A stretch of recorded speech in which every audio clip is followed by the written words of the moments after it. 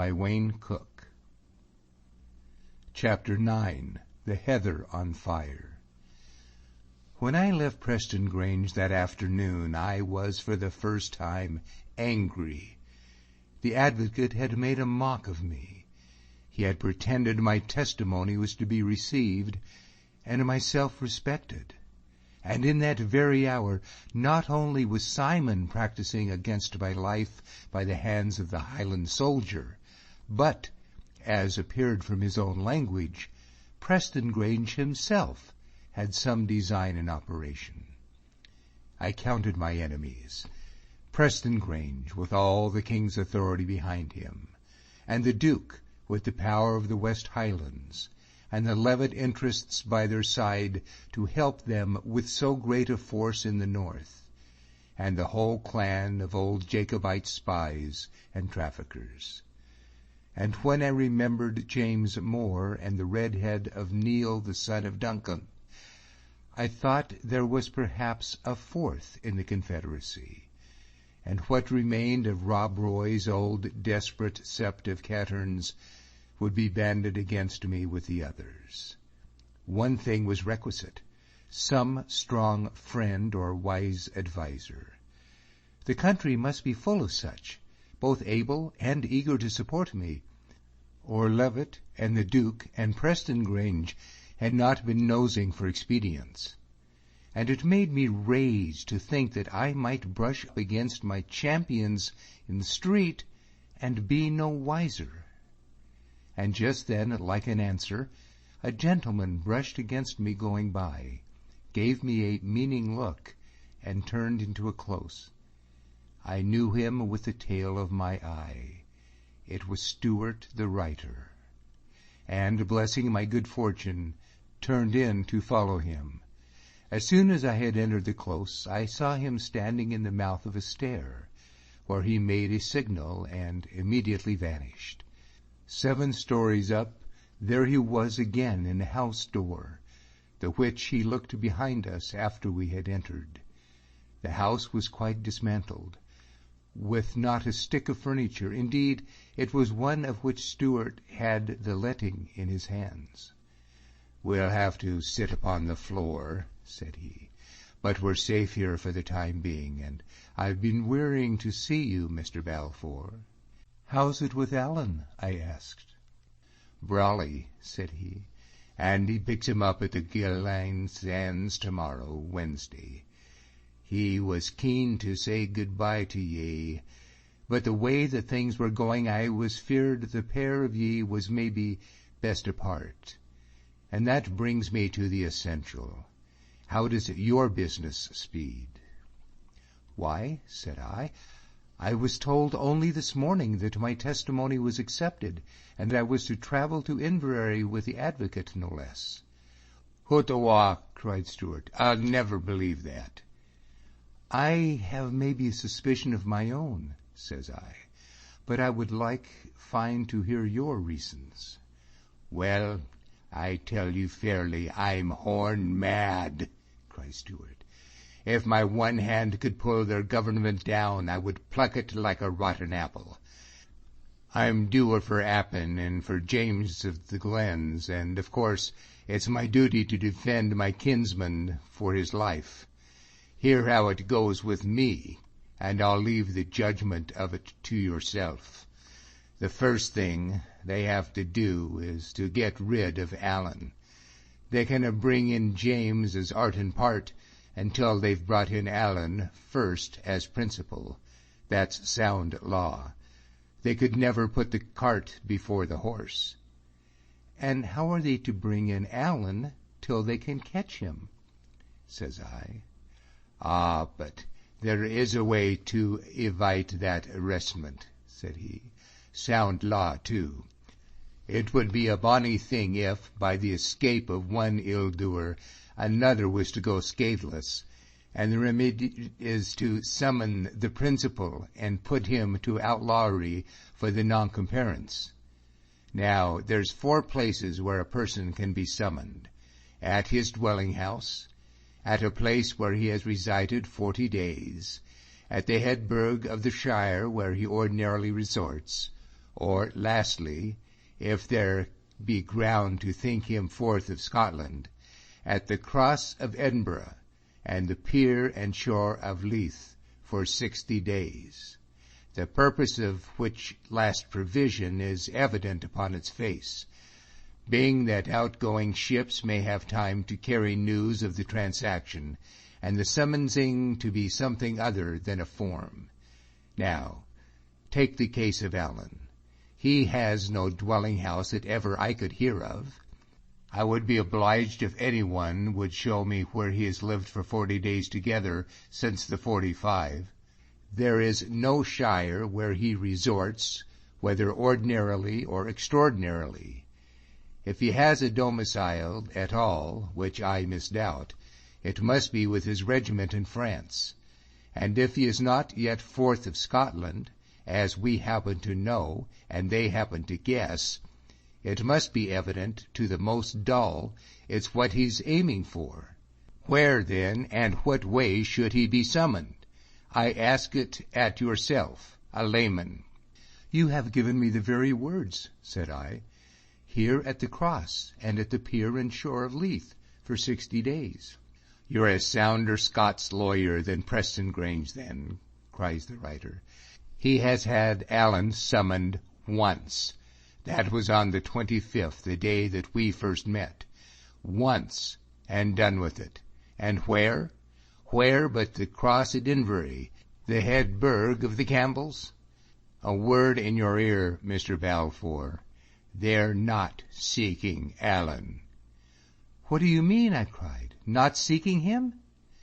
By the best I can make of it, said he, not wanting to find him in my poor thought. They think that perhaps he might set up a fair defense, upon the back of which James, the man they're really after, might climb out. This is not a case, you see.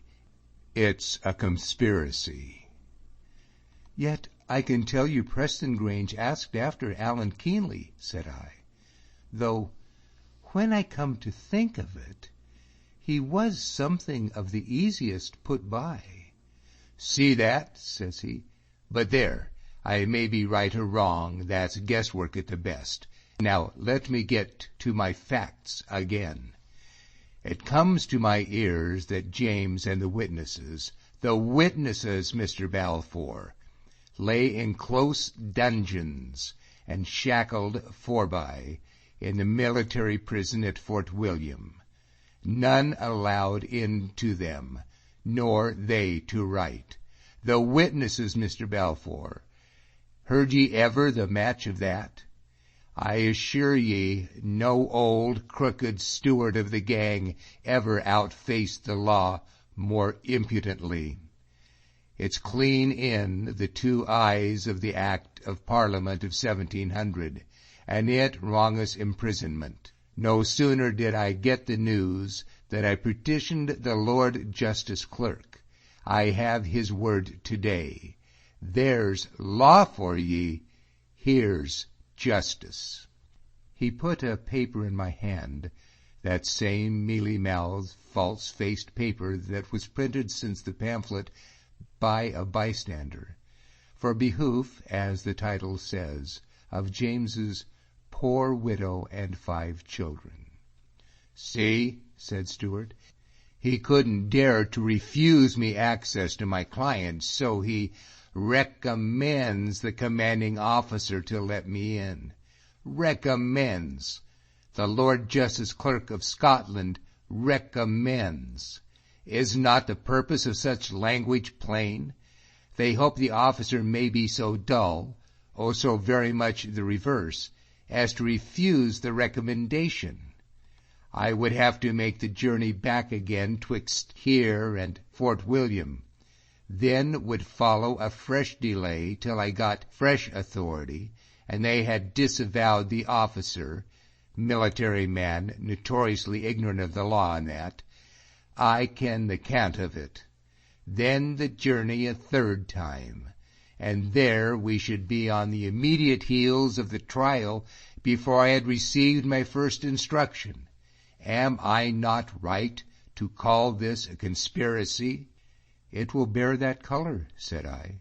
"And I'll go on to prove it you outright," said he.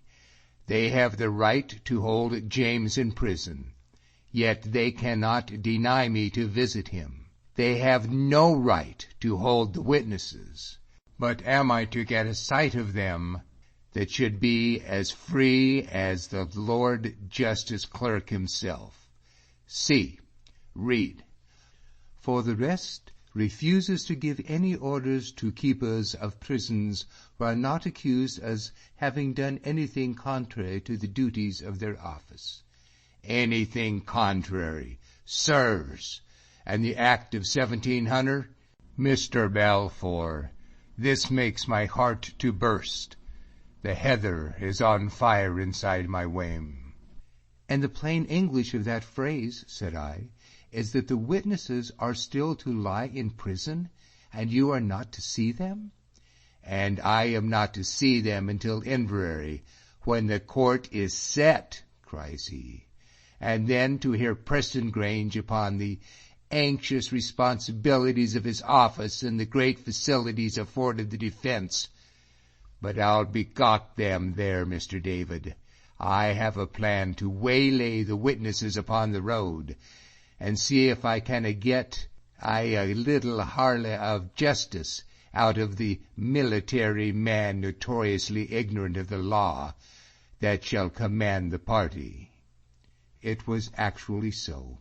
It was actually on the wayside near Tyndrum, and by the convenience of a soldier officer, that Mr. Stewart first saw the witnesses upon the case. "There is nothing that would surprise me in this business," I remarked.